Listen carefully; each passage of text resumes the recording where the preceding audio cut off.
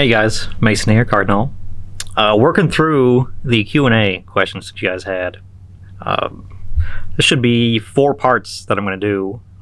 Break these videos down and talk about and just answer the questions and see how far I get. Most of these are going to be into sorts of topics, so it actually just makes sense when I go to upload the video. Today, it's all stuff about me, or just personal questions, or my opinion on something, or stuff like that. So appreciate everybody that did submit stuff. Like and subscribe so I can do this again, and so when we hit the next milestone I can do some more Q&As, because it's fun and I think it's enjoyable stuff to talk about. So, and I hope it's interesting to you. So again, this is stuff that is kind of about me. I do have stuff that we're going to talk about, business side of stuff like distributors and running the store and stuff like that a lot of people asked about. And then I'm going to do a tour and kind of like show you guys how we organize things and stuff like that. That is kind of cool and kind of neat. I want to do that. And then I got what's the other thing? And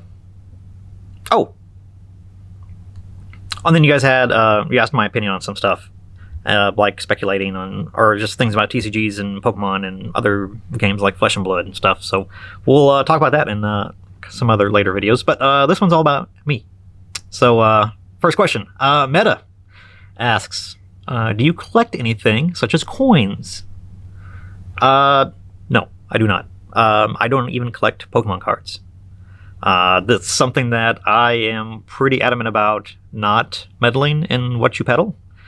Don't meddle in what you peddle.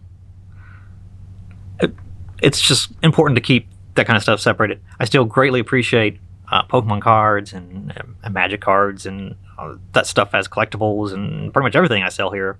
But other than like video game stuff, I don't really collect anything, and even then I don't have crazy collections of anything for video games. It's just stuff I have, or maybe I had since I was a kid, but I'm not like actively filling up collections or binders or anything.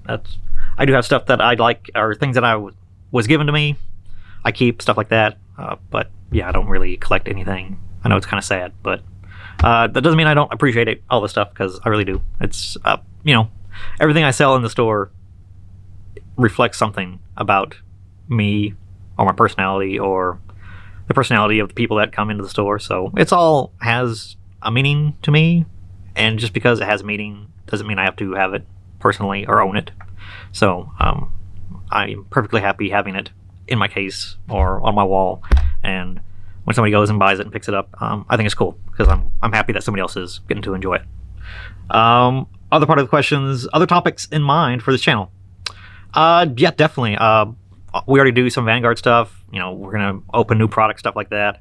Pokemon or Magic Kaldheim just came out, so I got stuff on that. We're probably gonna do some box breaks on and talk about, and do some other talking about Magic or Flesh and Blood if that gets popular, or Digimon when that comes out. See if we can get some stuff going on with that, if we can ever get product for it. But yeah, there's lots of stuff I want to do on this channel that we just haven't touched on yet, and it's coming. Next question. Tranquility asks, nice to see you and Danny Phantom's chat the other night. You should also think about doing card openings. Definitely something we would watch. Yeah, first of all, I love Danny Phantom. He's an awesome dude. I talk to him on Instagram, or I don't like chat with him daily, but definitely a good guy that is totally authentic when he comes across on video. That is obvious to me. And yeah, obviously he's doing pack openings and cool stuff like that. Stuff like that I'd like to do. Just being a store, it's kind of a weird place. It just feels weird to me, especially if you should be selling it for at least what you would sell it in store for. I think a lot of places do markups and try to make money off of it, and that's something that I would definitely try to avoid doing, or make it worthwhile for you to have it opened by me, so I have something to upload for content. I'd definitely make it worth your guys as well. So like, if Shining Fates comes out and I want to bust some ETBs, I'll sell them for cheaper and open them on stream and ship you guys all the stuff. after that all comes out. Something like that I've thought about doing, but yeah, pack openings. If I can get product, that's the thing, is I got to wait for product or some other stuff to come in or be released so I can actually have stuff to open. Bubshish. Okay.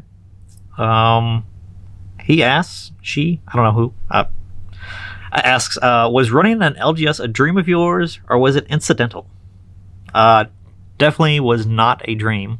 I did not, like, as a kid, grow up thinking and wishing I would be a card store, video game store owner. That's not something I personally thought about, but just kind of fell into it, interests aligned. I got with Zach, my business partner. He was doing video games. I was doing video games, Pokemon. He did Magic. We had a lot of stuff that we did when combined together made a viable store front kind of a situation. So if I did not get with Zach, I probably would not have opened a store. But having a partner that fills in the gaps of knowledge and stuff like that definitely helped spur me along the way with that. How did it begin? Like I said, business partner, Zach, we got together, started out of his garage, basically, and basically the collection that I had at my house that I was selling, collections I bought off Craigslist or Facebook and stuff like that, and was flipping on eBay, basically. We created a business that turned into doing it on TCG Player, and selling stuff on eBay. Once we outgrew his garage, we moved into a little office space, like 450 square feet, very tiny. We just had basically folding tables with a computer on it and like an area to take pictures, and then the rest of it was like retail shelving that we turned into like a warehouse and just packed stuff on top of. And yeah, it was a grind for a long time. Probably 6-8 months, I think, is what before we actually got into an actual storefront area. A lot of tireless hours of just listing, taking pictures, grading cards, buying collections, trying to meet up with people to buy stuff. Just a very slow snowball effect of starting a business. So it's pretty wild. Rex Boyce says, do you collect any Pokemon cards yourself? If so, what? No. Like I said, I do not own any Pokemon cards unless they were gifted to me. It's just something I'm pretty adamant about. Can Frisks asks, how did you started in selling collectibles? When did you open your store? What was the first year like? Well, I already talked about the first year, so it was a grind, definitely, for a long, long time. And I was working another job on top of that, full time. And then after I got off from there, went and did another probably 8+ hours of just shipping and selling on eBay and all that. So yeah, it was a grind for a long, long time. It wasn't until, like I said, probably I'm going to say 8 months that we actually got into a 700 square foot store front area, and even that was like, oh my god, all the space, what are we going to do with it? And then in like less than 4 months we were already bursting at the seams at that place, and we had to move again. So that was probably like the first year range. How I got started actually doing Pokemon cards was my kids were into it. I got stepkids that were playing Pokemon about 10 years ago now, and then we bought and collected and had binders and all that stuff. We went to nationals when it was up in Indianapolis. We went 1 year and they had fun doing that, so that was cool. And obviously they fall out of it and moved on to something else. So I had all these cards, and I was like, well, I can either go and sell them to a shop, or I can try selling them myself. So I was looking up prices, and I was like, man, these retain value. A lot of these have good value. This was like Boundaries Crossed, like Plasma, Freeze, Blast era kind of stuff. So I had A-Specs and stuff like that are still popular and expanded and stuff. So a lot of stuff that still had value back then. So buying and selling that's how I kind of got started in and doing that. Like eventually, like I said, bought stuff off Craigslist and bought collections and just kept things moving like that. So it was cool. It was a cool little thing, little side hustle that I had going on before I got with Zach and started the actual business. Let's see. Ken Friss asked a second question. What do you not like seeing in the hobby currently? Yeah, obviously, the frustration that people have about not being able to get product or having to pay so much for product. It's not like how it used to be or has been, even since I've been selling. Obviously, there's supply, demand, and that kind of ebb and flow, but where things are just out of control where they are now, it's kind of wild. And that's what I hate the most. And I'm going to talk about it in another video with the Q&A because somebody asked about it directly, but I would rather have all this stuff plentiful and selling it at my normal prices and have all these people in the hobby and we just be having fun and just selling things like we always have been, that is what I want to be doing. But yeah, this is the environment is just not conducive to that right now. That really does suck. I hate it. Sleep, Eat, Breathe Music asks, are you Logan Paul's dad? No, I am not. I think Logan Paul is like 6 years older than me. I mean, I'm 6 years older than him. Oh, God. No, yeah, it's the other way. I'm older than him. So, a little close in age to be biological. But, yeah, no. Alexandria Burns asks, what is your favorite thing that you get to do in your shop? It's a good one. That's a good one.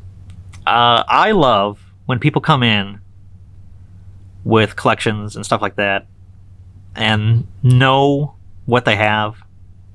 A lot of times people are like, oh, you're ripping people off. That's what you enjoy and that's where you get fun. No, I actually enjoy.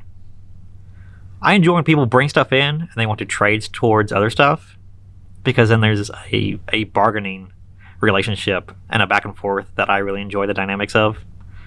Even when like people that have never been in the shop before, they come in and bring like their collections and they're talking to me and I'm trying to get a feel for their knowledge base and what they want to do with it and that kind of stuff. I like the interactions and having fun with them and talking about stuff that are why they enjoy the cards, or something like how they came to get them and how long they've been collecting. I like hearing the stories of stuff like that, and I really like the negotiation part of, okay, you're bringing this, you want this from me, we got to get to a point to where we agree. And that's the fun part of it to me, is the negotiation of buying and selling. I think it's enjoyable just because when people know what they have but also want something, it's easy to see their wheels turning and what they're thinking about and how bad they want something as opposed to what they're giving up and how they don't want it necessarily. Or maybe it is a sacrifice where they are offering something that they don't necessarily want to get rid of. It's just an interesting dynamic of things. Last question about my personal stuff. From Megan Wolf. Asks, what are your personal favorite Pokemon cards that you've come across over the years? Okay, so my favorite card absolutely is probably Light Arcanine. The hollow of that with like the roses. It's like laying on his back, kind of like in a weird thing. I love that card. It's absolutely beautiful. Arcanine is my favorite Pokemon, so a lot of Arcanine cards. I love the E-Series Pokemon Arcanines. All those are really awesome. But yeah, just I love seeing stuff like the E-Series stuff that you don't see a lot.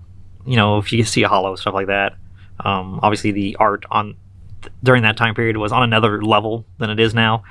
It's a lot of more character and personality to it, so a lot of people like the E-Series for that, just because it is kind of like it's got like weird mediums, and it's got a lot more of the clay and yarn stuff and kind of weird personality to Pokemon when they created them and put them in the card. And I love the vending series because we didn't get them here. I think they're just cool. Again, they have a lot of personality to them. I love cards with personality. I really don't like the blandness of like the base jungle, even the early Neo sets, just because of how generic, like the Ken Sugimori arts, where it's just like a Pokemon just chilling there with a holographic background. It's I just like to see personality, because it when you like a IP like Pokemon, you want to see and you want to think about how it would be like if you were in the world. So like when I see personality in like Pokemon, they're not battling, or like where they would be like in the wild, or like how they are just with humans interacting, I think that kind of stuff is cool, just because it gives a flavor and a look at cards that we don't normally get to see. So that's kind of cool. What is the most interesting story behind how you obtained a certain card product that you can remember? Interesting story. I do have an interesting story. And you guys will appreciate this, just because if you stayed and watch this to the end, you'll appreciate it. So when I first started buying and selling, before I started the business, it was just me hustling on the side. There was this couple that was posting stuff, and it was complete Neo sets, like in binders, first edition Neo sets, and they were selling. I remember this was probably pushing 7 years ago now. I mean, it's been back a ways, so these numbers are gonna sound crazy. Yeah, Neo sets, like first editions, they were wanting like $120 for the sets. With the sets with like the Shining Charizard and all that stuff. I mean, yeah, just incredible, like, a gold mine of what cards would be now if you had them. And they were absolutely flawless. Like every single one was beautiful. You can tell that they were put in this binder. They were like in the 4-page Pokemon binders. They were put in there, and they were never touched after that, because you can tell that they didn't have any wear, they didn't have any edging, they didn't have any whitening on the back, hardly. You could tell that they were packed fresh, put in here, and stored in these binders for a while. So, yeah, they wanted $120 a set, and I ended up buying, I think, 3 sets total, all first edition, like I said, all the Neo sets. I think it was the first 3. I don't think I did have Revelation. Maybe it wasn't Genesis. I didn't have. Anyways, I ended up buying them and making deals for them at $80 a piece, which was crazy. Like, even then, that was a phenomenal price for these awesome looking cards. And the set with the Shining Charizard was the last one I bought from them, because they didn't want to sell it, but then they did end up selling it, because they, just, if they sold them all, the collection wasn't complete at that point, so they just were like, all right, I'm just gonna sell this to you. So I met up a second time to buy the set with the Shining Charizard in it, and I was so proud of myself for selling that entire collection, the whole set, first edition, near mint, every single one of them, for $680 on eBay. And that was a good price. That was, back then, that was a good fair price for this stuff. But yeah, I was so proud. I was like, man, that's a big score. And it was, making $600 on a collection, that was a good deal. But yeah, that's like the most wild like buys that I had, from the early days. There's stuff that you'll be seeing now, and like when people will hand you a stack of Pokemon cards and it's all commons, and then they'll have like, you always have like this dream of like finding an awesome card. And I was like, man, what if they got a gold star in here? I was just flipping through it. I was like, a stack probably like maybe 200 cards, maybe I'm probably not even that many. I was going through, and they're like reverse hollows. Okay, yeah, there's a rare that's not hollow. And then I'll flipping through it, there's a Mew gold star, just chilling, not even in a sleeve. It was in rough shape, but still awesome card to have and pick up. So that's another cool one that I was like, man, I was just thinking how crazy it would be, because it's from that era, so I could tell, it could have them potentially in there because there was stuff like reverse hollows and stuff that would make sense. So that was kind of a cool thing that I was just like, I just wished it into existence. But yeah, a lot of that stuff, man, I bought early on, and I just remember buying like Pikachu Gold Stars and Mewtwo Gold Stars and stuff like that for super cheap compared to what they are now. And you know, it's amazing how the prices have just moved over the years. But yeah, guys, that's all I got for questions for me. So I'm gonna stop this one and I guess sit down and make another one here. So appreciate you guys watching. If you watched all the way to the end, thanks, guys.